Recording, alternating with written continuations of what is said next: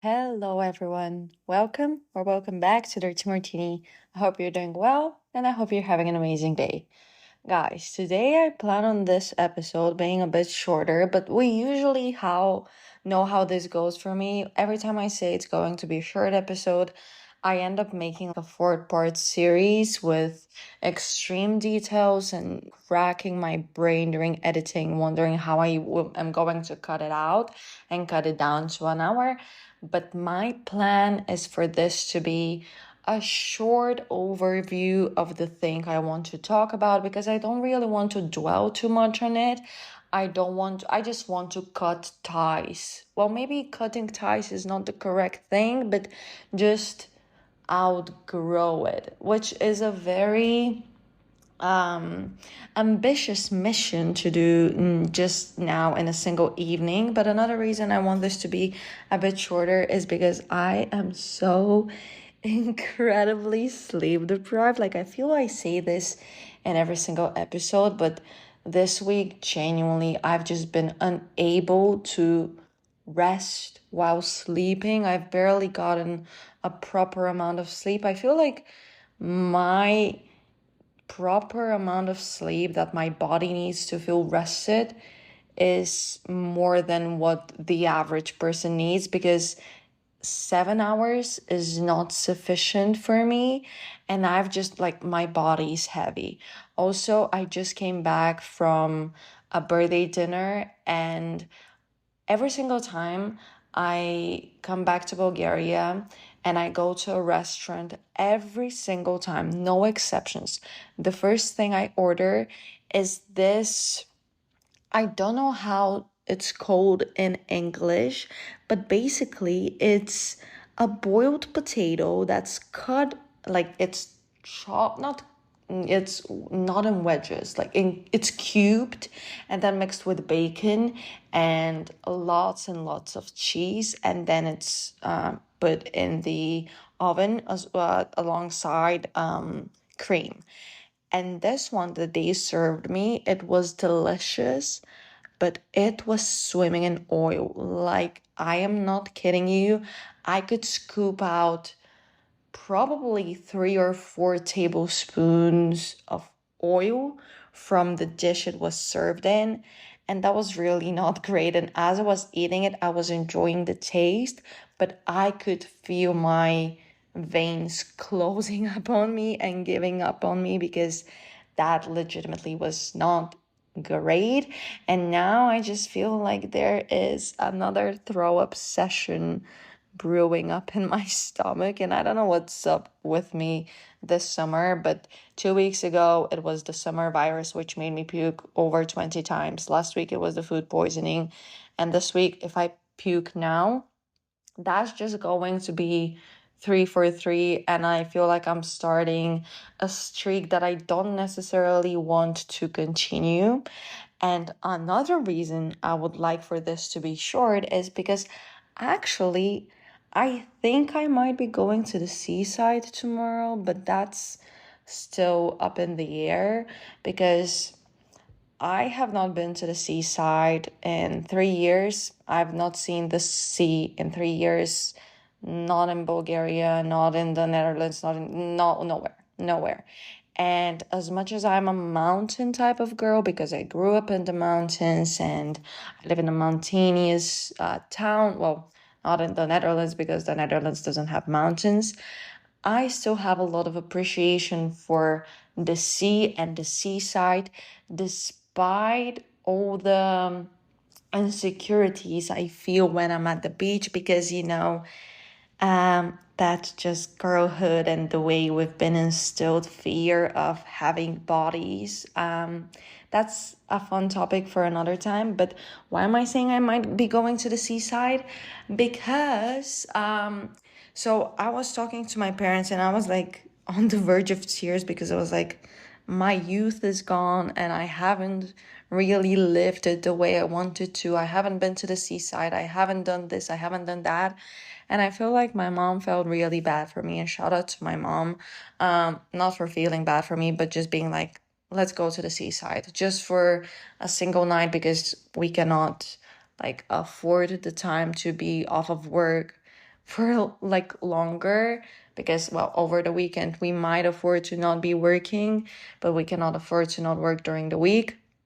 So I still don't know if we will be going, because I don't live near the seaside, and going there might take 3.5 to 4 hours by car, which would mean for us to not waste our day, we would have to leave at 6.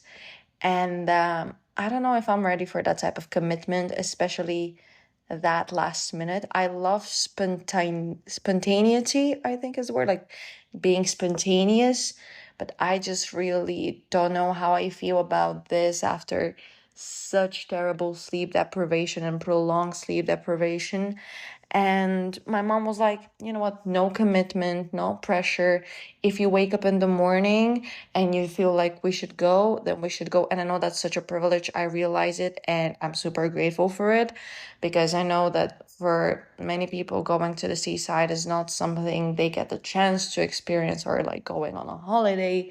And the fact that my mom is willing to just drop everything and take me there just for a single night, and she's like, even if we cannot find somewhere to sleep, because on booking the things that are left have terrible reviews, and they're super super expensive, and it would not be justified. Like, we might bet as well just sleep in the car, it would be better, or like sleep on a beach towel on the sand. But yeah, she was willing to even just do a day trip, 4 hours per direction, just to make me happy. And I really love my parents, and I respect them super much, and I appreciate them very, very much, and don't take them for granted. And I don't know if I'll be going to the seaside. Also, I have a terrible headache, because the restaurant where the birthday dinner took place, they had live music, traditional live Bulgarian live music. And all my respect, with all due respect towards the singer, she had an amazing voice, but boy, was that music loud. And we basically, me and the guy sitting next to me, we had to yell at each other to hear each other, and that was just not it. And now my head is about to explode, and I'm PMSing super hard. This is so TMI, but what is TMI? Like, this is my space. Who cares? So I don't like, this is me basically saying, guys, if this episode is just 20 minutes, that's fine. Well, I've already just done like almost 10 minutes of complaining, but what's new? But my idea for today's episode is, because today, okay, it is quite a special date. It is the, how do I put it lightly? It's today marks 1 year since I was supposed to be a victim of a terrorist attack. And yes, I know I have brought up Vienna so many times. And I know it's probably tiring to hear about it, and to hear me complain about it and ponder over it again and again and over again. I know. I know it's exhausting. And just take a second to reflect on how exhausting it actually is to live with all the pondering and experience all the dread, be triggered and have the panic attacks, because I'm someone who doesn't usually get panic attacks that severe. And Vienna really changed me. And I know I dedicated 2 whole episodes on the topic, and I tried to reflect on it, but my goal with commemorating this 1 year anniversary of what would have, could have, should have been my death day is to just set myself free. And hopefully, by talking about it extensively today, I can reflect on what it meant and how it affected me, and not just mention it in passing with unapologetic tone. And maybe, I don't know, well, I don't want to promise that this will be the last time I mention Vienna, and I don't want to be like, oh, I promise that I will never commemorate it again and I'll never mention it on the 8th of August. But because, I mean, this is my podcast and I can talk about whatever the fuck I want to talk about. But yes, today is the 8th of August 2025. And on the 8th of August 2024, I was supposed to be at the Eras Tour, Taylor Swift's record-breaking tour in Vienna. And the concert, well, she was supposed to be there for 3 nights. All three of them were canceled on the 7th of August because I believe it was the FBI in America, for whatever reason, found out that there was an ISIS-related terrorist attack planned on the concerts, and they discovered that a group of young people, I believe there were definitely guys who were younger than me. They were boys. One of them, I believe, was 15 or something like this. Children, had planned to commit a suicidal terrorist attack where they would, I probably should have given a trigger warning for, graphic language and stuff, but yeah, trigger warning, I guess. And the plan was to go into the crowds with their cars and drive over as many people as possible, then to take out their machetes and basically stab and slay, but not slay the way Gen Z have claimed, but the actual meaning of the word slay people, and then finally set off a suicidal bomb. And the goal was to kill as many people as possible. And those people were radicalized by ISIS. And am I even allowed to say ISIS on the internet? Well, whatever. It's also not allowed to carry out terrorist attacks. And yeah.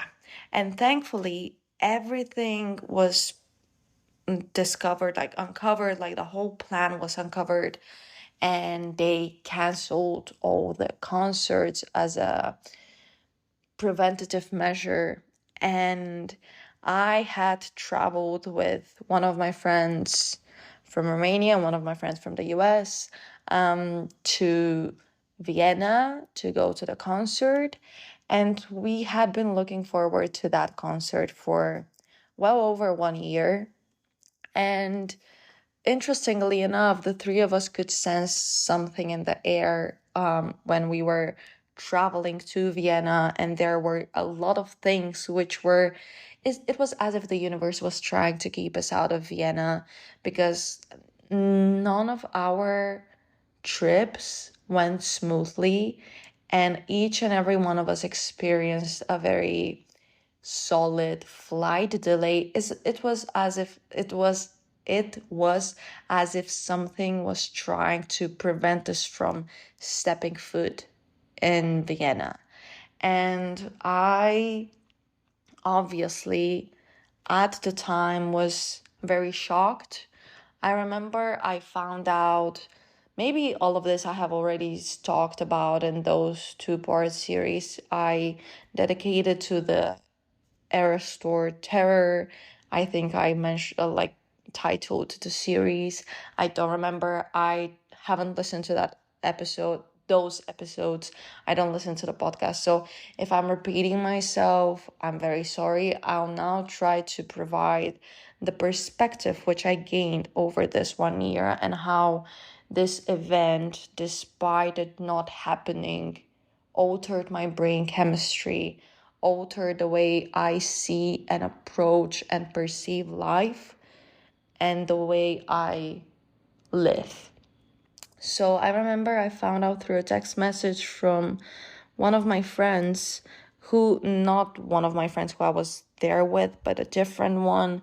And that's because we were staying in Slovakia because our Viennese Airbnb got canceled literally last minute, and we had to book something very last minute, and everything in Vienna had been had tripled in price, and it was crazy unattainable. So we just decided to sleep in Bratislava and travel to Vienna, and because that was like an hour trip, which is completely justifiable when you're saving 200 euros per night. And again, just signs from the universe that we should not be in Vienna. Flights delayed, Airbnb canceled, just the universe was screaming, don't go there. And it was trying to protect us. Either the universe, karma, God, whatever you believe in, whatever, or maybe you don't believe in anything and you believe this is pure coincidence. I don't know. I really don't think this was a coincidence. I believe there is a higher meaning, a deeper meaning behind this entire experience that we got to have. Because, well, you know me, I'm the type of person to attach meaning to everything, but this, no matter how much I try to rationalize it, I just cannot. And the way I saw that Vienna experience last year has changed me as a person, but I also have changed the way I see that experience. So I found out through a text message from one of my friends. There wasn't even an official announcement made by Taylor Swift or her team, which is why I personally, and Swifties, I'm very, very sorry. I really don't like the way this was handled by the whole team, the whole just crew. I didn't like. I felt like it was rather dismissed, and I can understand the reasoning behind not addressing it as to not trigger more fear and attract more attention to what might have happened and potentially trigger it happening at another date of the tour. But I really, and again, like, it's probably somewhat egoistic of me to think like this, but I felt like it was very dismissive towards the fans who were affected, and who could have lost their lives, and their families who could have been affected. In moments like these, you just need a reassurance. And not getting that type of reassurance was very intimidating, and it honestly left so many questions unanswered, and I feel like it just created more tension and a lot of division in the entire Swiftie community. And I don't know, I really think it should have been handled better. But again, I'm on the receiving end of the lack of acknowledgement, so maybe that's why I'm taking it as deep as I am, because I experienced it firsthand. But I just really think that lack of proper acknowledgement is rather disrespectful than doing the thing they set out to do, which is prevent bringing attention to the potential terrorist attack. And Vienna, this entire experience, like I mentioned, really altered my brain chemistry, because I've always in my life, since I, gained consciousness, have tried to be thankful, have tried to be grateful for my privileges, and be acknowledging of them, and reflect on them, and realize that they are privileges and not a given. And by privileges, I mean privileges, and I mean things we take for granted, like having a family, being healthy, being alive, having the opportunity to go somewhere, having a roof over your head, having food, having access to water, to education, having just, the entitlement, the privilege to live a life, a full life, rather than simply exist or be plagued by illnesses and misfortunes and a lot of troubles. And I've been trying to practice gratitude for a long time. But the way I have been grateful for simply being alive over the past 1 year has been unmatched before. And I think part of this is due to a lot of things happening, severe changes happening in my life over this 1 year. Me losing people, like them moving away or someone passing. And I just gained a new lens when I look at life. And I'm not saying that I'm grateful for all the pain and all the changes I got to experience, because they were painful and at times they were unbearable, but they made me the person I am today. And I genuinely believe that the person I am today is far more humble, far more grounded than the person I was last year, far more appreciative, far more understanding, emotionally intelligent, and just an overall better person.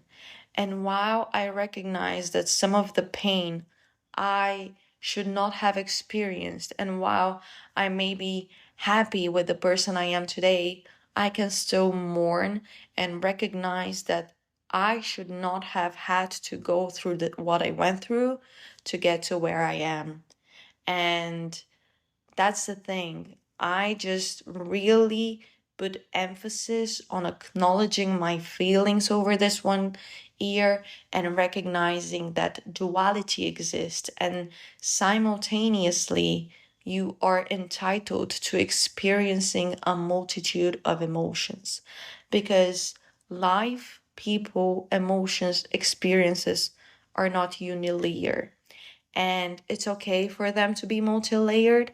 It's okay for them to be a spectrum, and it's okay for us to let ourselves experience that spectrum rather than diminish and just create unnecessary boundaries to our human experience.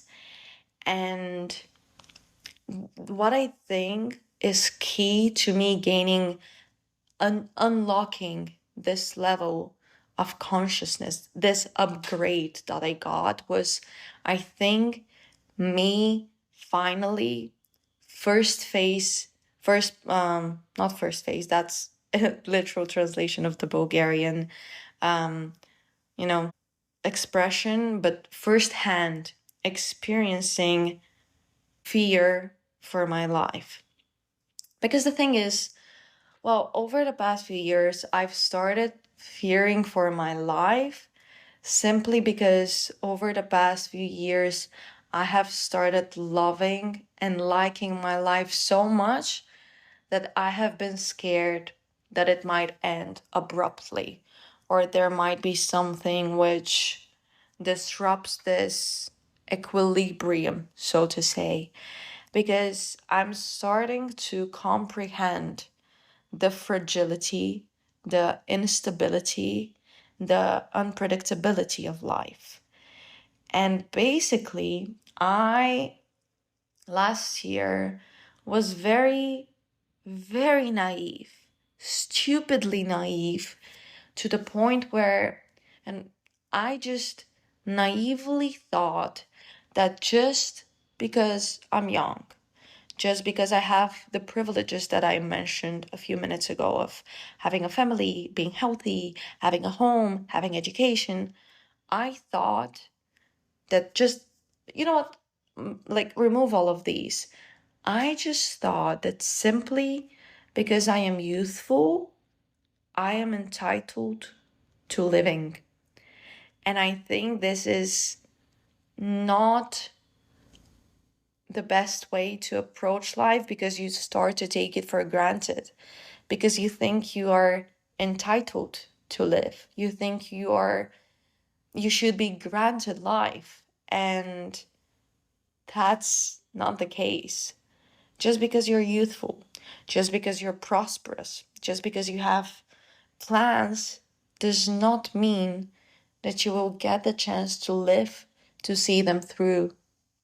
And I think this is one of the biggest cathartic moments that I went through over this last year, and it was triggered exactly by Vienna, because I know it's super naive, I know it's super stupid, and it doesn't make any sense, but I just had come to believe that simply because I'm youthful, I'm invincible.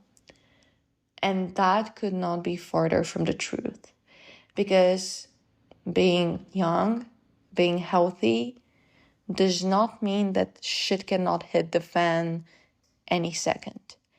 And I think, unfortunately, I had to have such a life altering and earth shattering reminder of the shortness of life to really take stock of what life is, and how every single day is a blessing. And I know this sounds so corny, but oh my God, I'm starting to cry. It's just, I remember I was thinking when the news broke out, and I just couldn't help but think about my family, who would have had to, bury a daughter if there was even a body to bury.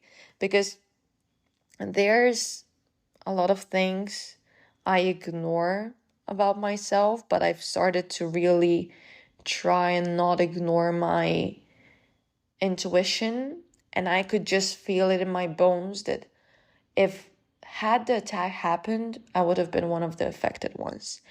And when I was in Vienna, and everything was so fresh, and it was all I could think of, but I could not rationalize it, and I could not properly feel it, because I could not really make sense of it, because despite struggling with continuing life at times, I had never really thought about it ending in that way, because you think those are the type of things that just happen in movies, or like even if they happen in real life, you never think it's going to be you, and you think it's going to be somewhere far away, and just because it's somewhere far away and it's not affecting you personally and you're not a victim does not diminish its importance. But it's when you're a bit distanced from such events, it's difficult to take them so wholeheartedly.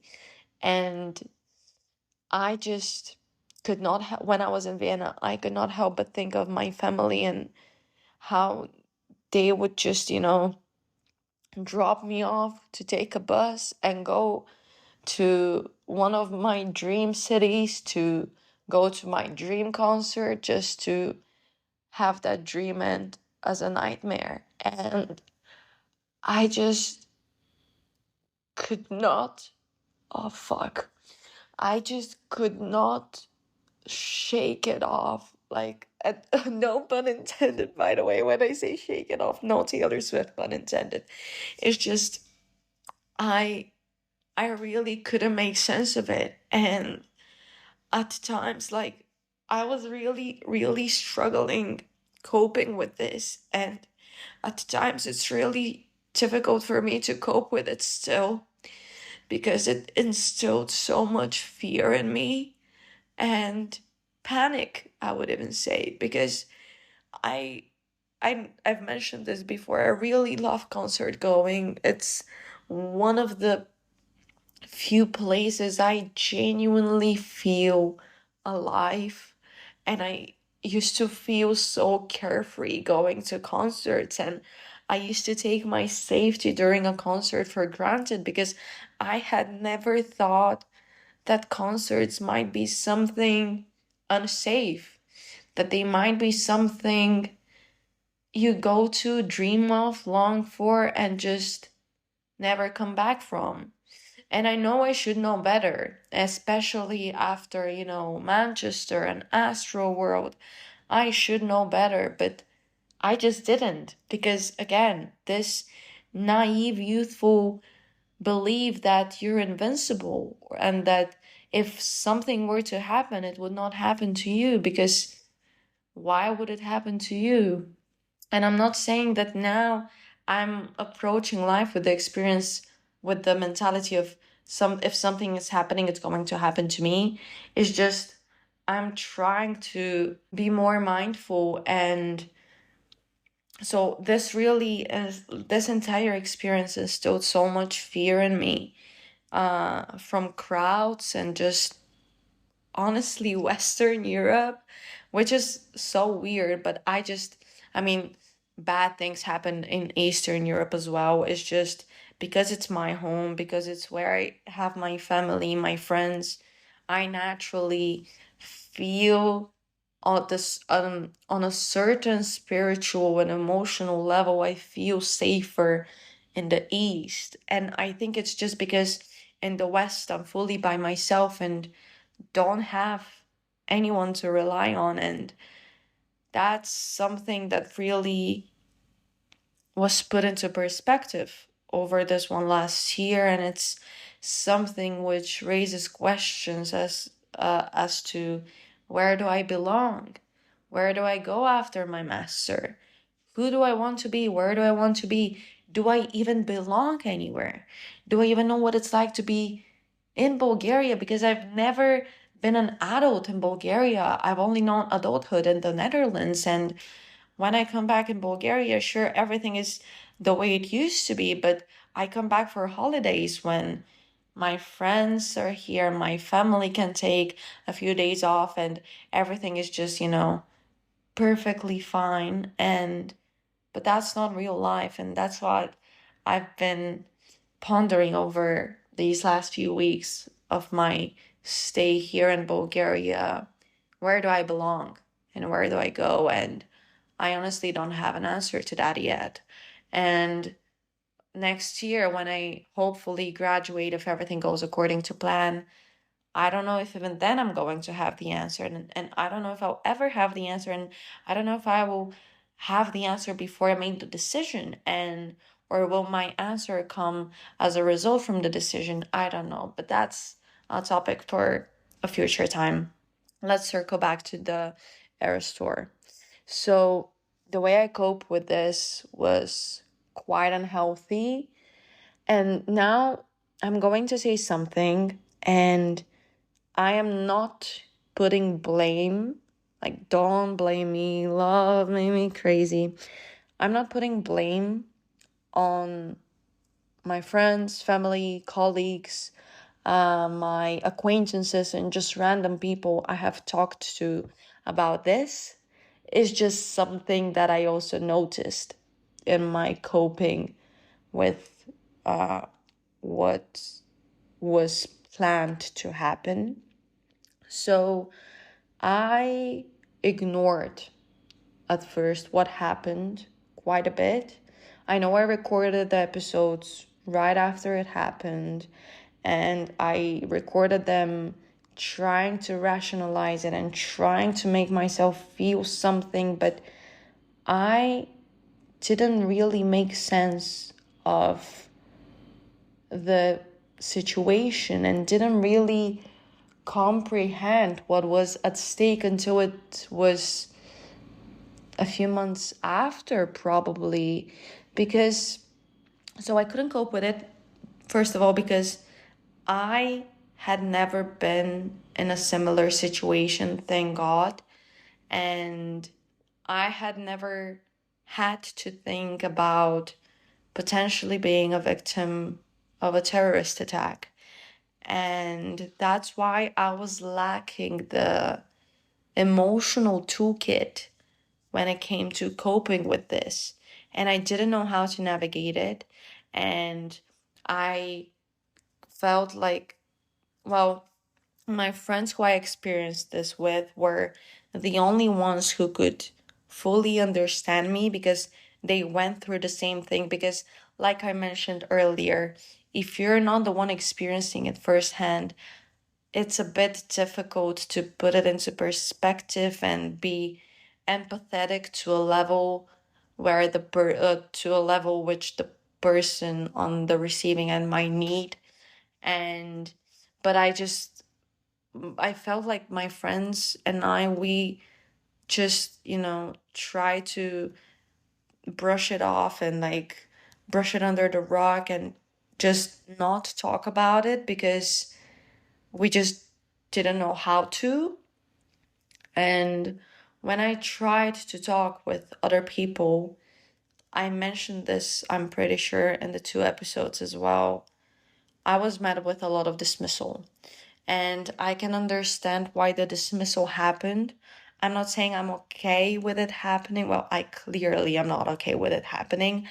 I just can understand where it stems from because, people were coming to me with the very rational and truthful response, which was, it didn't happen. So don't worry about it. It didn't happen. But it's quite difficult to not let it worry you. And no matter how much people were telling me, oh, it didn't happen, just let it go. Like, be grateful that you're alive. Look at it from this perspective. See this as a second chance at life. See this as this, see this as that. And while my gratitude is there, it coexisted with my fear. It coexisted with my mourning, and I don't mean mourning of a concert because I've lived 22 years at a time without seeing Taylor Swift. I'm okay. Like nowadays, I still live a pretty good life without having seen the Eras Tour. Sure, it's something I feel a little bit of FOMO about, but I'd rather feel FOMO than just, not be able to feel anything at all because I'd be dead. So I'm super, super grateful that nothing happened, but I was still paralyzed with fear. And I just think this shock wave of what could have happened took a bit longer to pass by than it should have because of this dismissal. And this dismissal, honestly, I think changed the way I am as a friend, as a daughter, as a sister, as a colleague, as an acquaintance now. Like it just changed me as a person because I would say I have always been an empathetic person. I have always been pretty good at listening to people, pretty good at giving them advice. I've always, and I know this sounds cocky, but I know, and this is something I pride myself in, I know I've always had the capability to be a good support system. And I just think over this 1 year, I gained a new level of emotional maturity because of this dismissal, because of this diminishment, because of this invalidation of my feelings, because of this omission of what happened as, as a shock because of something that didn't physically happen. And I just think that because I'm not the type of person who would want to inflict pain. And I actually am the type of person who, like, if I can take your pain and make it feel mine just so you don't have to feel pain, I would do it. And I just think this emotional maturity level that I unlocked over this one last year was really crucial for me to be better at being emotionally present for someone because I was mad and I was heartbroken when I felt I didn't have the support system I needed because I didn't know how to navigate that experience, those emotions, that shock, that fear. I didn't know how to because every time I tried to talk about them, it was always like, why are you still thinking about it? It didn't happen. Just let it go. And it's so much easier said than done. And I just think what's really important is that at least I managed to squeeze out some positive growth from it by learning to not be invalidating in, because I always try to not be invalidating in a conscious way.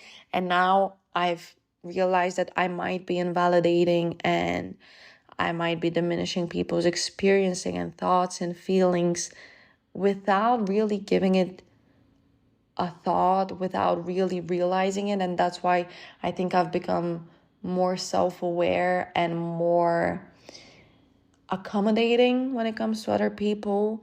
And I think that's really crucial for being a good friend, but also creating a narrative of support that perpetuates what you might need as a friend on the receiving end.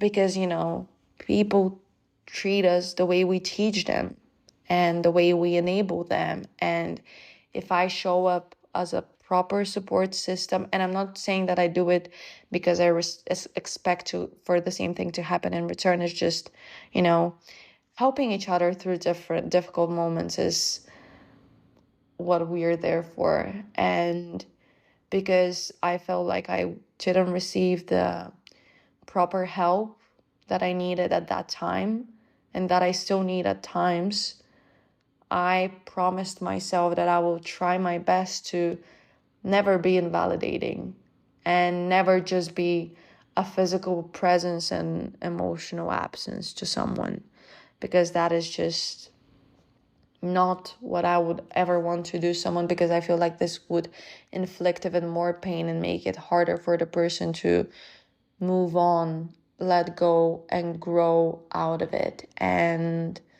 yeah, I just think that this last year I've become more thankful for life. I'm still managing the fear. It's gotten better. At first I couldn't be in crowds. I so on in my city in the Netherlands, there's a weekend market every single Friday and Saturday. And I remember I would just not go there despite wanting to buy something or wanting to hang there with a friend, because the being in the presence of crowds would just trigger me, and I would just start panicking and be transported to a place where I never even got the chance to go. But I would just, whenever I would be in a crowd, my mind would immediately go, I was supposed to be in a crowd, and what if it was slow walkers, and I could just, what if I died, but I died painfully and it didn't happen fast and I just suffered. And I know this is probably rather psychotic when you hear it like this, but this is something I think about quite often and used to think about way more often than I do right now. And I'm getting better. And, it's been exposure therapy kind of has helped me. Well, I really, really wish I had the means to get professional help in my coping with this entire situation, but I couldn't afford it. So I just had to rely on myself and my mind and my heart making sense out of this entire mess and this chaos. And sure, it might not have been straightforward. In fact, it has been one of those one step forward, three steps back type of situations. But I'm still grateful for my resilience, which I didn't know I had, to be determined to not let that control me. Because at first, that fear, it was very much affecting my quality of life. And I just don't want this to happen to me. And over this 1 year, I've been super reflective on what fear actually means in our lives and how it can be such a determining power without us really wanting to give it that power, how it can be so overwhelming and so irrational, and we cannot make sense out of it and rationalize it, because fear just sometimes simply is. And I feel like I've been developing better coping mechanisms to deal with my own fear, but also navigate someone through their fears, because I didn't have anyone holding my hand when I really, really needed it. And I just think this is a really fortunate perspective that I could squeeze out of the situation, because I just felt like I was given a second chance at life. And that's when I realized that there are things I don't like about myself or about my environment, which I can and should change just to make the best out of this second chance of life, at life that I was given. Because I don't know, again, I don't know if you're religious, if you believe in universe, karma, God, or whatever else, but I feel like this, and again, interestingly enough, a lot of people turn to religion after something really traumatic happens to them. And I don't want to label myself as traumatized, because I would never want to label myself as a victim. It's just, I'm not traumatized. Something traumatizing happened to me though. And I don't want to label myself anything negative, because in fact, I'm resilient. I'm a survivor, and I just, you might be on your own, kid, but still we rise, still we rise. Like, I know that's silly to say in this situation, but especially after nothing really happened. But I don't want to further invalidate my feelings by perpetuating this narrative of, oh, it didn't happen, so why are you still thinking about it?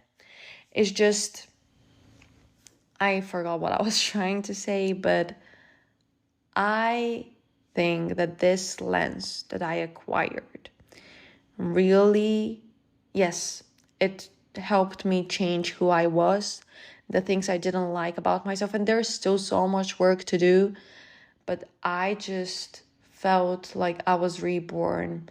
And I promised myself to not take this a second chance at life for granted, and to try and make the most out of it. And I have not been as successful as I really wanted to, because I still get caught up in things that I shouldn't get caught up in ever. But I've been more mindful, and I've been more reflective and more humbled by life's shortness, fragility, unpredictability, unexpectedness, unplannability. And I just think that I am learning that allowing fear and all of this which we are already struggling to navigate as is, allowing fear in is only going to emphasize this instability and deprive you of a meaningful life, and it will just fill you with panic. And that's you transition into survival mode. And when you're focusing on pure physical survival, you cannot invest time and energy into securing a meaningful life, because first you need to tend to surviving, and only after would you be entitled to living. And again, I'm still learning to integrate into crowds. I'm learning not to be triggered by concerts or people's dismissal, but again, it's one step forward and three steps back. And I'm learning I'm improving, and I'm determined to live. And I, again, not thankful for what I went through emotionally with this entire shebang of a situation, but I am thankful for the person I became because of it and the person I am becoming because of it. And I will always and forever honor the 8th of August, even if not here on Dirty Martini. In my personal life, I will always and forever commemorate the 8th of August and what would have, could have, should have. And I will always and forever be grateful for this second chance at life and the growth I did because of it. And I I just think this newfound appreciation of life was very much needed, because I feel like because of this, again, youthful naivety, I was taking life for granted. And now I'm much more appreciative of getting the chance to wake up, getting the chance to go and experience life, and getting the chance to physically survive. Things I used to take for granted are now things I long for, or things I'm appreciative for. And while I'm not happy with what I went through, and meaning that I really don't think it was necessary for me to experience that concoction of fear and sheer panic and confusion and invalidation and dismissal and just chaos. I'm not grateful for it, but I'm grateful for what it taught me. And it taught me that life is just so, so fragile. And just because you have a plan for tomorrow does not mean that you're entitled to getting to experience a tomorrow. And I think this lens was really helpful for me to, hopefully, I live a long, healthy life. And I think that this lens would be a crucial step for me to, in my toolkit when it comes to making the most out of my life. Because now I don't take life for granted. And it's super, super sad that it had to come to this for me to realize those stuff. And while I'm sad and scared, I am grateful to be alive and praying that I get the chance to live to see tomorrow, and to wake up tomorrow and get to decide whether or not I go to the seaside, whether or not we make a day trip. Just the little things that are not so little. And I'm super thankful that I almost was deprived of them, was almost got them taken away from me, to realize what I have. Because I don't want to lose something to start appreciating the fact that I had it.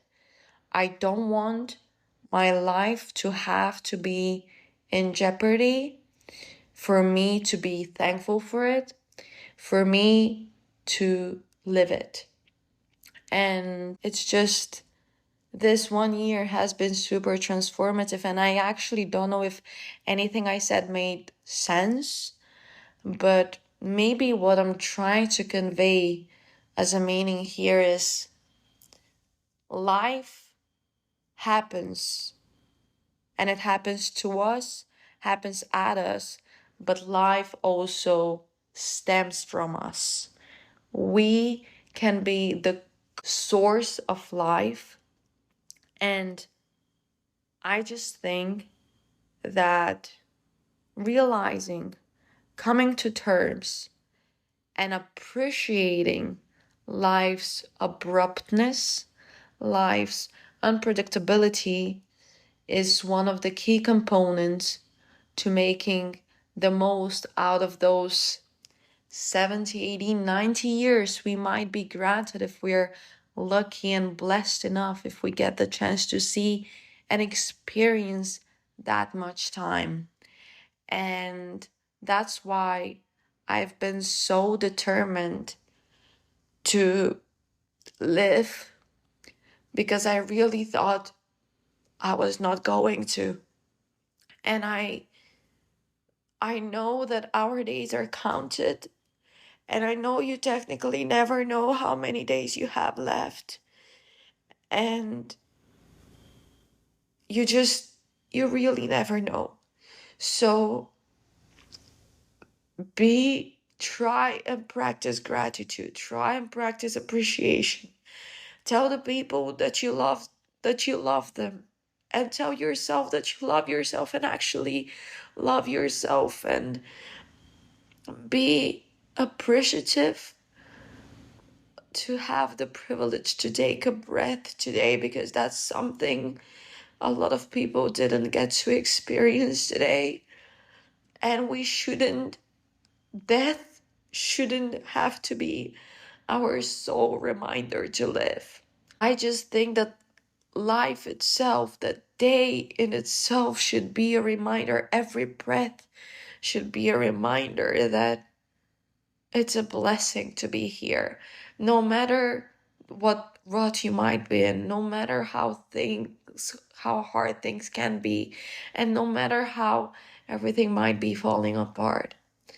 It is a blessing to get the chance to experience the spectrum of emotion people are entitled and blessed to experience, because feeling sadness, feeling happiness means that you're alive. And as long as you're alive, as long as you're still kicking, as long as you're still going, it's going to be okay. Because there's nothing final but death. Death is the final and only end sentence we have. And before we go on trial and receive that sentence, we should make the most out of our days. Because that's a sentence we're all going to receive. There's no escaping death. And whether we like to admit it or not, I feel like we're all to a certain extent scared of death, be it our death or someone we love's death, because death is unknown, and we don't know if it's going to happen sooner or later, but we know it's going to happen. So I think this knowledge of a certain ending, of a given full stop, should be the motivation to put a column instead of a full stop before the full stop is put there for us. I think it should be a reminder that we should be grateful for every breath we take, every smile we give, every smile we receive, every sunrise and sunset we watch, and I don't know, every single meal we have, and every single gulp of water we get the chance to experience, because those are privileges that one day we're going to lose. And I think those resources are something we should take advantage of to give meaning to our days before they turn into an inevitable, never-ending night. I don't know, guys. I really don't know. I'm starting to sound nonsensical. I really should go to bed. I'll go read my smutty book. And thank you so much for allowing me to speak about this, because I really needed to. And thank you for listening. Thank you for supporting me. And if you didn't support me, that's all right. I I still thank you and I appreciate you. And the world is a better place because of you. And please don't commit any terrorist attacks. Just, I don't know, guys. Just, I don't know, peace out. Like, I don't know. I really don't know how to end this. But so I'll just do the regular. Thank you so much for listening to this episode. I hope to see you in the next one.